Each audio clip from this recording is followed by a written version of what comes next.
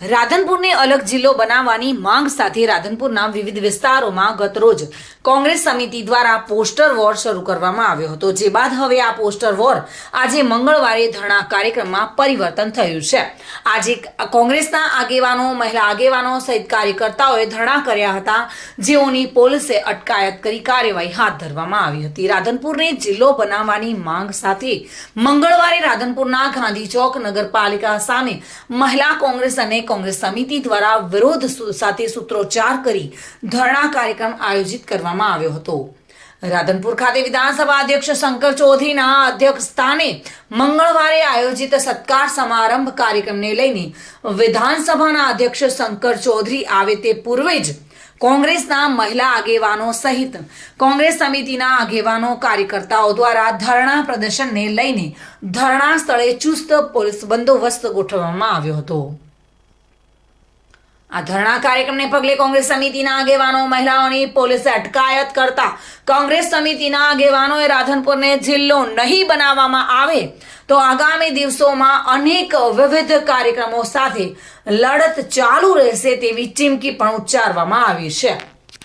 વિરોધ અમારો રાધનપુર તાલુકાને જિલ્લો બનાવવા માટેનો છે કે વર્ષો જૂની એક રાધનપુર તાલુકાની માંગ રહી છે અને આ તાલુકાની અંદર તમામ સુવિધા અહીંયા ઉપલબ્ધ છે, છતાં રાધનપુર તાલુકાની જૂની માંગના જે અહીંયા મોટા નેતાઓ બની બેઠા છે એ નેતાઓ રાધનપુરને બાકાત રાખ્યો છે અને બાજુમાં થરાદ તાલુકાને જિલ્લો બનાવે છે। થરાદ તાલુકાને જિલ્લો બનાવે છે, આમાં અમારો કોઈ વિરોધ નથી, પણ અમારી માંગ એટલી જ છે કે રાધનપુરની અંદર તમામ સુવિધા અહીંયા છે, કાયદાથી માંડી અને આરોગ્ય સુધીની સુવિધા અહીંયા મળે છે। નેશનલ હાઈવે પણ અહીંયા છે, આરોગ્ય છે, કાયદા છે, શિક્ષણનું છે, બેંકોનું છે, તમામ સુવિધા અહીંયા ઉપલબ્ધ છે। તો અમારી માંગ એટલી જ છે કે અહીંયા રાધનપુર તાલુકાને જિલ્લો બનાવવામાં આવે, અને જો જિલ્લો બનાવવામાં ન આવે તો અહીંની પબ્લિક હજુ આગોતરું પણ આયોજન કરી રહી છે અને આવનારા દિવસોમાં અમે કંઈક ઉગ્ર આંદોલન પણ કરીશું। હું એ કહેવા માંગુ છું કે જે અત્યારે મોટા નેતા બની બેઠેલા છે, કે જે ધારાસભ્ય અને ધારાસભ્યથી સાંસદ અને સાંસદથી અધ્યક્ષ, એમને જો આ ખુરશીઓ મળી હોય તો એ રાધનપુરનો પ્રતાપ છે અને રાધનપુરે આપેલું છે, તો ક્યાંક ને ક્યાંક એ રાધનપુરને ભૂલી રહ્યા છે, રાધનપુરની પ્રજાને ભૂલી રહ્યા છે।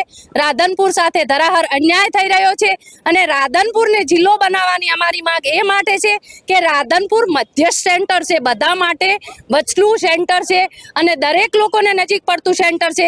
જે અમને સાતલપુર અત્યારે આટલું રાધનપુરને નજીક પડે છે, સાતલપુરની પબ્લિકને કોઈ પણ હોસ્પિટલનો પ્રશ્ન હોય તો તે ત્યાંથી રાધનપુર આવે છે અને હવે સાતલપુરને એ લોકો થરાદ લઈ જવા માંગે છે, પણ અમારી એ માંગ છે કે સાતલપુરને રાધનપુરમાં સમાવેશ રાખે અને રાધનપુરને જિલ્લો બનાવવામાં આવે અને રાધનપુરની સાથે આવો ને આવો અન્યાય રહ્યો તો આગોતરા અમે પણ એવું ઉગ્ર આંદોલન થશે ગાંધી ચિધ્યા માર્ગે અને અમારે રાધનપુરને જિલ્લો બનાવવાની માંગ સાથે આ અમારા ધરણા છે। મારે ના છૂટકે દુઃખની લાગણી સાથે કહેવું પડે છે કે આજના આપણા ભાવિ ધારાસભ્ય અને આજના અધ્યક્ષ શ્રી લવિંગજી શંકરભાઈ ચૌધરી, લવિંગજી આથી ચૂંટાઈને ગયા, નાગરજી આથી ચૂંટાઈને ગયા, રઘુભાઈ આથી ચૂંટાઈને ગયા।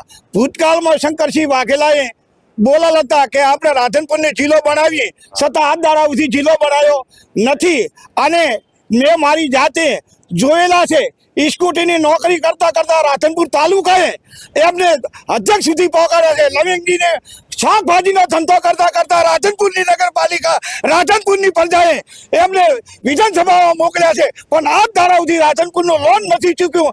એટલા માટે અમારે આવીશમાં આવીને રજૂઆત કરવી પડે છે। મીડિયા દ્વારા અમારી સંદેશો સરકાર સુધી મોકલો એવી અમારી વિનંતી છે। વસંત કડિયા સાથે bureau report, today Gujarati news.